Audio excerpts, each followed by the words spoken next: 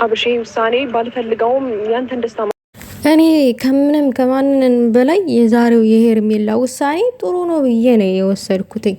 ምንም እንኳን አብረው ሲታዩ አብርሽና ሄርሜላ ቢያምሩ፣ ነገር ግን አብርሽ አሁን ላይ የልጅ አባት ሆኗል። ይሄ የልጅ አባት ሆኖ እዝህና እዝህ መታየት ለልጅስ ለወለደው ልጅስ ምን አይነት ነገር ነው የሚያስተምረው? ምን አይነት ስነ ምግባር የሚለውን ከሚለው አንጣር በጣም ይደብራል። ሰላም ጤና ይስጥልኝ ውድና የተከበራችሁ የኔ ቻናል ተከታታዮች እንደምቆያችሁልኝ። ዛሬ ምናልባት ለሩታ ወዳጆች የሚያስደስት ነገር ሊሆን ይችላል፣ ለአብርሽ ወዳጆች ደግሞ የሚደብር ነገር ሊሆን ይችላል። ብቻ እየላችሁ የመጣሁት ውዶቼ። ለማንኛውም ከወደዳችሁ ላይክ፣ ሼር አድርጉ። ሀሳብ አስተያየት ካላችሁ በኮሜንት አስቀምጡ። እንግዲህ ወይዘሮ ሄርሜላ ፍልቅልቋ ዛሬ ደስተኛ አይደለሁኝም። እኔ የምታውቁኝ በፍልቅልቅነቴ ነው። ዛሬ ግን ቆራጥ ለሆነ ውሳኔ ነው የመጣሁትኝ ትለናለች። እሱም ምንድን ነው? ከአብርሽ መለየት ፈለገች ማለት ነው። የሆነ ሰው አስፈራርቷታል እንደሚመስለኝ ከሆነ። ማን አስፈራርቷት ነው እንደዚህ ከአብርሽ መለየት የፈለገችው? እንደዚህ በአንድ ጊዜ እንለያይ የምትለው ይመስላችኋል አብርሽን?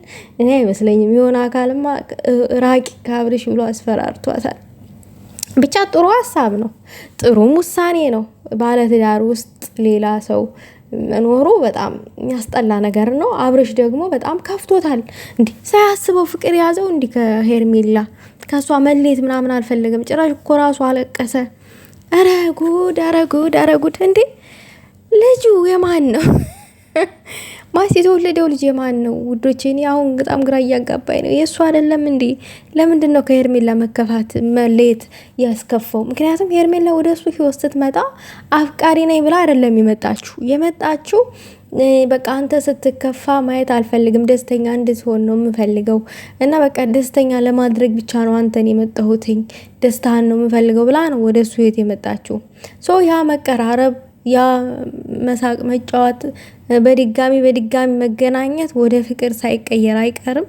አብርሽ ሳያስበው ወደደ። እንዲሷ ደግሞ እኮ ሄርሜላ እኮ ደግሞ አታርፍም፣ ቅብጥብጥ ነች ምናምን ይሆናል የለ ሰውን ትሬት ማድረግ ትችልበታለች። በተለይ ለወንድ ልጅ የሚገባውን ፍቅር መስጠት ትችላለች።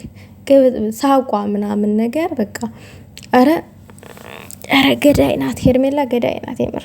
ይሄን ውሳኔ መወሰን የፈለገችው በአብርሽ ምክንያት ብዙ ነገር ስለተሰደበች ነው። እንዴ ታዲያ አብርሽ ምን እንዲል ፈልገሽ ነው? መሰደብ እንዴ ዱላ ራሱ አረ እንዴ መሰደብን ቀላል ማለት መሰደብ ዝም ብሎ ነው ቀላል ነው። ዱላም እኮ አለ የኔ እናት። ሰው ትዳር ውስጥ ሲገባ ምን መሰለሽ ሄርሜላ አይደለም መሰደብ ይቅርና ድብድብ ራሱ የማይቀር ነው። በእርግጥ ሩታ አንቺ ላይ እጇን አላነሳችም፣ አልተደባደበችም ምናምን ነገር። አብርሽ ጋር የመጡ ሴቶች ተጠፍጥፈው ነው ከሀስተፓ የሄዱት። አንቺ ግን አንድም ቀን አልተጠፈጠፍሽም። ያው ጉልበተኛ ነሽ። በነገራችን ላይ ወፍራምን ሰው እንደ ጉልበተኛ አትዩት። ባዶ ነው፣ ዝም ብሎ ነው። እኔ በራሴ ደርሶ ስላዩ በቀጭን ሰው ተደብድቤ ያውቃለሁ። የምር ሰው ልጅ ቢቀጥን ጠጅ ነው። እመቤቴን ወፍራም ልብ የለንም። አውቀን ነው ይሄን ወንድ የሚያጫውተን። አይ ሄርሜላ ለአንተ ጫና የሆንኩ እየተሰማኝ ነው። ለአብርሽ ተመትተሽዋል ሄርሜላ። ጫና የሆንሽው ለሩታ ነው የኔ እናት። የሰው ባልን ቃርገሽ ነው ያልሽው። አብርሽማ ወንድ ልጅ እኮ ነው። ወንድ ልጅ ደግሞ ፈታ የምታደርገውን ሴት ነው የሚፈልገው እና ፈታ እያደረግሽው ስለሆነ ተመትተሽዋል። ግን ደግሞ ሩታ ላይ ጫና ሆነሻል። እውነት በጣም ጫና ሆነሻል። መሰደብሽ ደግሞ ቅር ሊያሰኝሽ አይገባም። ምክንያቱም በሰው ትዳር መሀል ነው የገባሽው። አብርሽ በሰዓቱ ከፍቶ ስለነበረ ነው የመጣሽው አይደል? አሁን ደግሞ አብርሽ ደስተኛ ይመስላል። ልጅ ስለተወለደለት ደስተኛ ነው። እንግዲህ እኔ እንደዛ ነው የተረዳሁት። ለማንኛውም ግን በሰላም መውጣት ይሻላል ከሰው ህይወት አይሻልም እንዴ? በሩታና በአንተ ህይወት የገባው ያክል ስሜት እየተሰማኝ ነው አለች። እንዴ ድብና አድርገሽ እሱማ እኮ ገብተሻል ሄርሜላ፣ እሱ ገብተሻል። የገባው ያክል ስሜት እየተሰማኝ ነው ያልሽዋ ብድብን አድርገሽ ነው በእነሱ ትዳር ውስጥ የገባሹ። ግን እሳ ደግሞ የገባሹ በሰዓቱ ሩታ አጠገቡ አልነበረችም። ደብሮት ስለነበረ ለማጽናናት ነው። ሶ ተጽናና ምናምን ነገር። አሁን አብርሽ ሁለት ልብ ነው ያለው። አንዱ ልቡ አንቺ ጋ ነው፣ አንዱ ልቡ ሩታ ጋ ነው። አንዱ ልቡ አንቺ ጋ ነው፣ አንዱ ልቡ ሩታ ጋ ነው።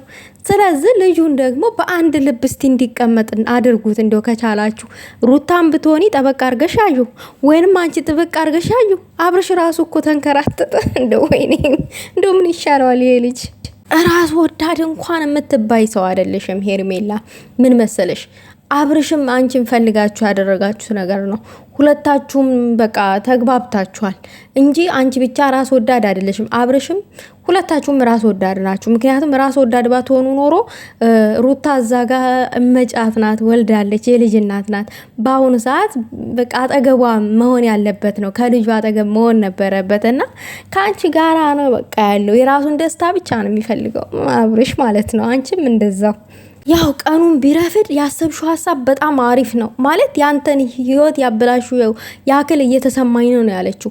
ያው በጣም ነው ያበላሹ ሄርሜላ። ለምን እንደው ታውቂያለሽ?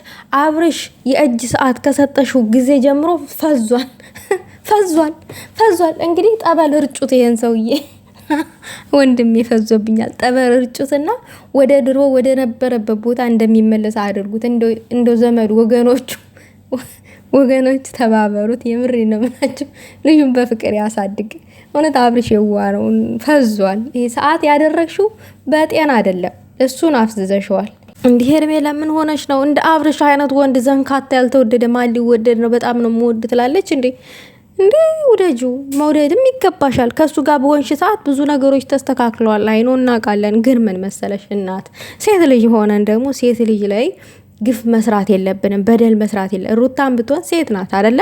ምንም እንኳን አብርሽንና ሩታን በአሳብ የሚለያቸው ነገር ቢኖርም እንኳን በመሀላቸው ደግሞ ፍሬን አፍርተዋል።